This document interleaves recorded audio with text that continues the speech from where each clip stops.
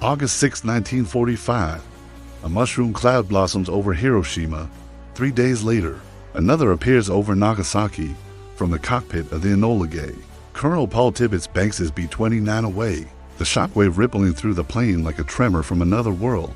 Below, cities vanish in a flash hotter than the sun. In Hiroshima, 70,000 people are gone in an instant. Tens of thousands more will follow, claimed by radiation's invisible hand. In his bunker, Emperor Hirohito receives the news. Soon, his voice, once considered divine, crackles over the radio, announcing Japan's surrender.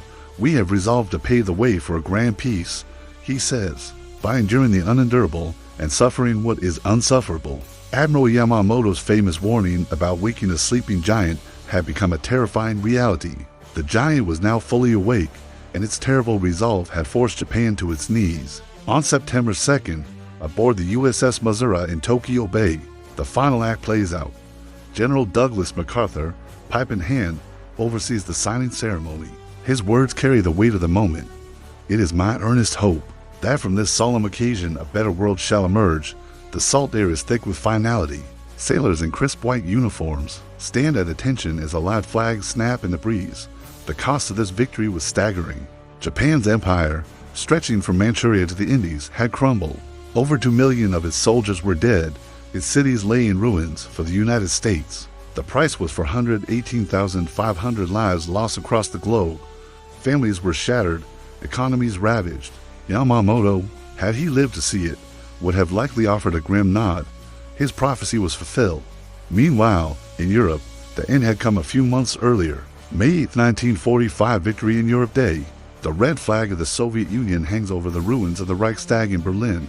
A week before, Adolf Hitler had taken his own life in his bunker. The once mighty Third Reich, caught in an Allied vice, collapsed completely. The road to Berlin was long and brutal. It began in the North African deserts, where a clunky, often mocked American tank first helped turn the tide, the M3 Grant. From the sands of El Alamein, the path led to the bloody beaches of Normandy, through the frozen forests of the Battle of the Bulge, and finally, across the Rhine into Germany itself. The American Sherman tank, an evolution of the M3, spearheaded General Patton's legendary dashes across France, liberating concentration camps like Buchenwald, where skeletal survivors whispered their thanks to the bewildered soldiers. In Italy, a long, grinding campaign ended with Benito Mussolini captured and executed by Italian partisans, his body displayed for public scorn in Milan. Field Marshal Montgomery, the hero of El Alamein, later wrote in his memoirs, "The Grant tanks were a godsend. Their guns broke the enemy before our infantry closed. The M3, with its quirky side-mounted cannon, was a stopgap measure. An ugly duckling rushed into service, but over 6,000 were built, and they fought in every theater of the war, from the jungles of Burma to the steppes of Russia." The laughter of its critics had long since faded, replaced by respect. In the aftermath, the world tried to piece itself back together. In North Africa, ports like Tobruk hummed with commerce again, the desert sands slowly hiding the rusted skeletons of tanks. In London pubs, veterans of the 8th Army toasted Monty's genius and the deafening roar of the Grant as 75mm gun. Across the Pacific, Japan began its own reconstruction under MacArthur's watch. The nation was demilitarized, and its new constitution renounced war forever. Yamamoto's legacy became a haunting reminder of what could have been.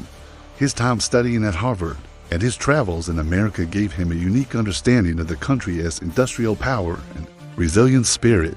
He had warned his superiors in Tokyo, urging negotiation, fearing a prolonged war. His warnings went unheeded.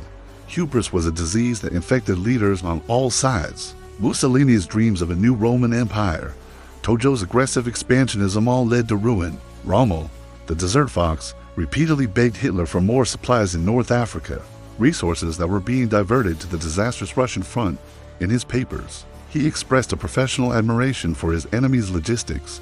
Their supply lines were unbreakable or snapped like twigs. The attack on Pearl Harbor, meant to be a knockout blow, instead unified a divided America.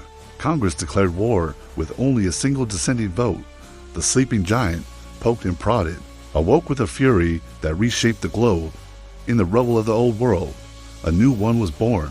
In October 1945, the United Nations was formed in San Francisco, its charter pledging to save succeeding generations from the scourge of war. the Marshall Plan began to rebuild a shattered Europe, including former enemies Germany and Italy. Japan, too, rose from the ashes, its factories turning from fireplanes to automobiles, becoming an economic phoenix. Yet, a new tension was already brewing. An Iron Curtain descended across Europe. The atomic bombs that ended one war ignited a new, colder one, an arms race between former allies. Today, survivors and descendants reflect. A British veteran polishes his El Alamein medal, the memory of the Grant's cannon still sharp. A Japanese tourist visits the Pearl Harbor Memorial, floating above the sunken USS Arizona, and contemplates Yamamoto's tragic foresight. The sands and seas, once theaters of unimaginable violence, now whisper stories of resolve and reckoning.